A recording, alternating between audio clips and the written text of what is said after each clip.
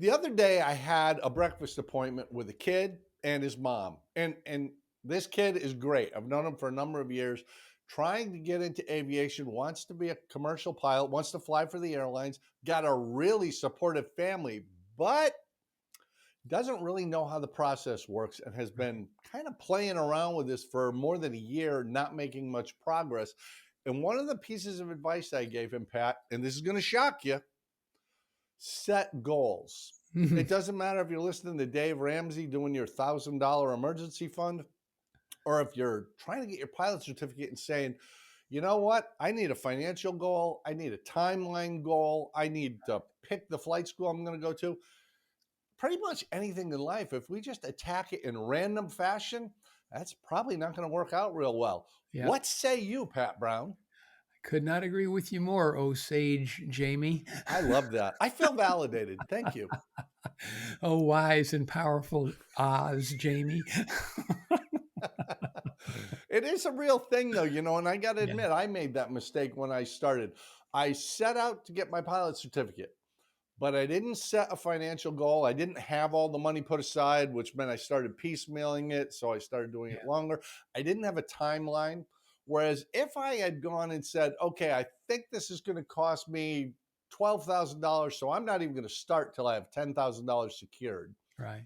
And I'm going to do this in 90 days. And I'm going to make sure the flight school knows I want to be done in 90 days or 120 days, whatever fits our work schedule, our family life. Missing that step, I think, is one of the things that prevents people from being successful in the long run. Yeah, but you know something, when you're first considering doing this, you don't know what you don't know. Boy, you're not And kidding. and setting goals, if you don't know what you don't know, is difficult. And I guess if I were giving someone some advice, I'd probably say, um, go visit a flight school or go visit some flight schools and ask what the process is, and at least start asking some of those questions. There's a really helpful guide on AOPA's website, and you can put the link in the comments down below after we're done. It's a guide to the student pilot guide is what it is, a field Hmm. guide to student pilots. And in that book, um, it lists a bunch of questions that a prospective student or learner, I think we're supposed to call them now, um, can I ask. still stay. I'm going to stick with student for life. I'm sorry. I Me just too. can't bring myself to say learner. It just We're sounds too goofy. we are old. We are stuck in our ways. It is set in our ways. That is, they are still going to be students. They're going to be students anyway. But there are a bunch of really good questions in there that just unless you just don't know which ones to ask. I mean, and I'm having a hard time articulating it because this is a tricky subject because You're I'm not all kidding for. because there's the knowledge test. Well, when do I do that? Do I Right. start flight training first or do I do the knowledge test first or can I do them at the same time? And where and how do I do my training? And when is my practical test going to be and how do I work that out? And do I arrange for that or does the instructor arrange for that? Where am I going to do it? If I live in Michigan's Upper Peninsula and it's late November, December, January, this is not the time to start there more than likely. Maybe I look at going to Texas or Florida or Arizona where it's warm and sunny and things are really set up for flight training. All those are real, but you're absolutely right. And I was in this group too. I didn't know what I didn't know, and I made a lot of very expensive mistakes early on. Fortunately, the actual tool we're using right now, Pat, social media, allows people to get out there and say, hey, I'm in Poughkeepsie, New York, and I want to get into aviation. Is there a retired airline pilot or a current CFI or a charter pilot that I could have coffee with and get some advice? You will You know, make a connection. They're out there. An excellent idea and an excellent suggestion. I frequent. I mean, I'm a member of a whole bunch of aviation Facebook groups, I know you are. And frequently, I don't know if it's daily, but certainly frequently, I see someone, I'm thinking about learning how to fly, or I've just started my flight lessons, and now fill in the blank, right? Hmm. Um, and sometimes, as is the case with social media, you get the smart ass comments that are totally not helpful, but there are usually some nuggets of gold if you have a little bit of a thick skin and you're willing to endure the ridicule that you may get for what some people perceive as stupid questions. There are no stupid questions. If they're sincere, there are no stupid questions, and people deserve the respect of an answer. But finding those people like those mentors that you talked about, that retired airline pilot, or maybe an area flight instructor, or just a random someone that has a pilot certificate that can at least begin to fill in some of these blanks. Depending on who you talk to, some people will say, "Oh man, take the written test before you ever even get in an airplane." I understand why they're saying it, but I don't know that I buy that for Hmm. a number of reasons we can talk about later.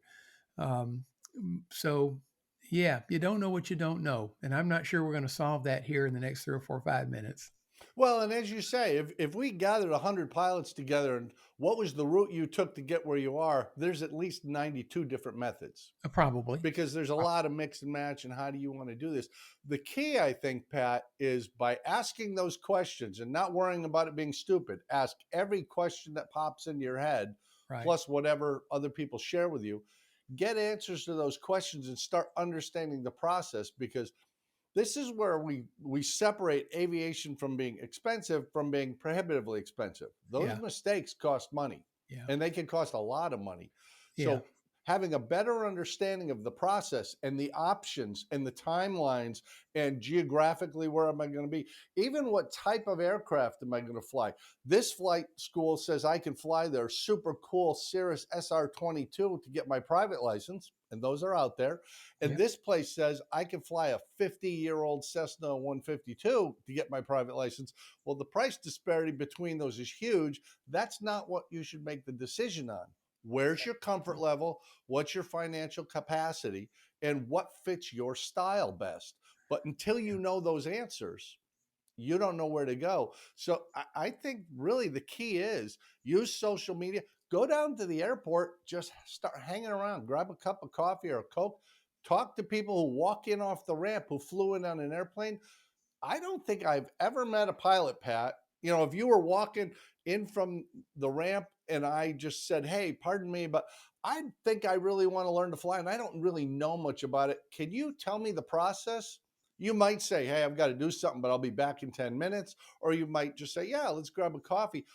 That's some of the best education you're going to get right there. Yeah. Yeah, I've actually had that happen to me several times in the last few years, walking in from the ramp and into the FBO, and one of the receptionists or something will holler and say, this gentleman's interested in learning how to fly. Can you have a minute to talk to him? And yeah, absolutely. I will make the time to sit down and talk to them. So, and when I'm doing that, what I'm trying to do is give them the best advice as unbiased as I possibly can. That the first step is, let's get a discovery flight, for example. If you really think that this is what you want to do, you probably should think about going ahead and getting at least a third class medical. Don't get a higher medical than you think you absolutely need, because if there's a problem there, you may not, there's Hmm. going to be complications. And once you're doing that, here's the next step after your first lesson is at some point is going to be solo. And you start outlining to that person these various milestones. Their first solo, their first dual cross country, their first solo cross country, their check ride prep, the check ride itself, the knowledge test, and try to set out some sort of like a ladder approach. Here's this goal, this goal, this goal, and then discuss with the person that you're talking to what's a realistic time frame. If I fly once a week, what if I fly twice a week? How often should I fly? Mhm. And I think once a person is armed with some of that basic information that they say they don't know what they don't know, but if they can arm themselves with some of that basic information, then I think it's realistic to say, okay, I'm going to schedule my discovery flight Saturday, and if I like it, Monday I'm going to call an AME, a doctor, an airman medical examiner in the area, and I'm going to schedule my medical. And usually those guys or gals can get you in within a day or two, if Mhm. not the same day, oftentimes. Um, and then okay, I'm going to schedule my first lesson, and my goal is in a month, let's say, flying 3 times a week. My goal is in a month. That's a solo. That is absolutely doable if you're flying 3 times a week to solo in, well, a month or 5 weeks, assuming the weather's good and all that. And then okay, well, what's the next step? Well, the next step is, all right, we probably need to work on our cross countries. Well, I want to have my solo cross countries done in the next 2 months or the next 3 months or whatever the number is. And but they got to know the steps that it takes before you can actually set a goal. And then you get to schedule things out. If I'm in school, high school, college, Yeah, I decide I've got all the information I need. I'm going to start in such a way that I can maybe finish in the summer where I don't have classes and I could fly every day for 5, 6 days prior to my checklist. So I'm check right. ride. So I'm really ready. If I've got a job and I've got family responsibilities, maybe I start flying and schedule my vacation in such a way that's when I plan to take my check ride and I'm free Right. there. Or maybe I travel someplace. But you know, the old adage is true, knowledge is power. And if Yep. we go out of our way to find a mentor or just somebody we can have conversations with occasionally who'll give us some basic advice, now I can go to that flight school with intelligent questions. I can interview that CFI and know what I'm looking for. I can look at my financial station. First time speaking English. I'm doing okay though. I can look at my financial status, talking to my spouse, looking at my savings account, figuring out, the kid I was talking to the other day, financing is part of his issue, but he's not in school right now. He has a part-time job, and I know it sounds like old guy stuff, but I'm like, get a second job. Just do 3, 4 months with two jobs. Work your butt off and put that money in the bank and get to the part where you've got the cash to go do the training. Now you don't have the interruption. You can cut back to just one job and you're in great shape. But that's that thing. I find Pat Brown. I find somebody I can talk to who gives me information. And then I ask the ridiculous question at the end of our conversation. Do you mind if I call you or email you now and then to get a little bit of follow up? Because I'm excited about this, but I don't feel like I know everything I need to know. And I think Right. the answer to that is almost always going to be sure. Here's my Guaranteed. card. Here's my phone number. Let's just get together once a month. Let's do it. Yep. Yep. I agree with you totally. Once again, Pat, I count this as a win. I'd say so. What are we, about 5-0 now or something? I don't know. Let's hope. Hey, every once in a while we're going to stumble. We're going to say something that's not entirely true, but we're never going to do it with malice. And if we get something wrong, we will apologize because we're weird, but we've got integrity. Pat, thanks a lot. I really appreciate it. For those of you out in YouTube land or X land or Facebookville or Instagram or wherever you are, like the video, comment on it, share it if you would, because this might be something somebody you know really needs to know. And come on back next time because we're going to be here. We don't have anything else to do. Right, Pat? Adios, my friend. Take care, buddy. See ya.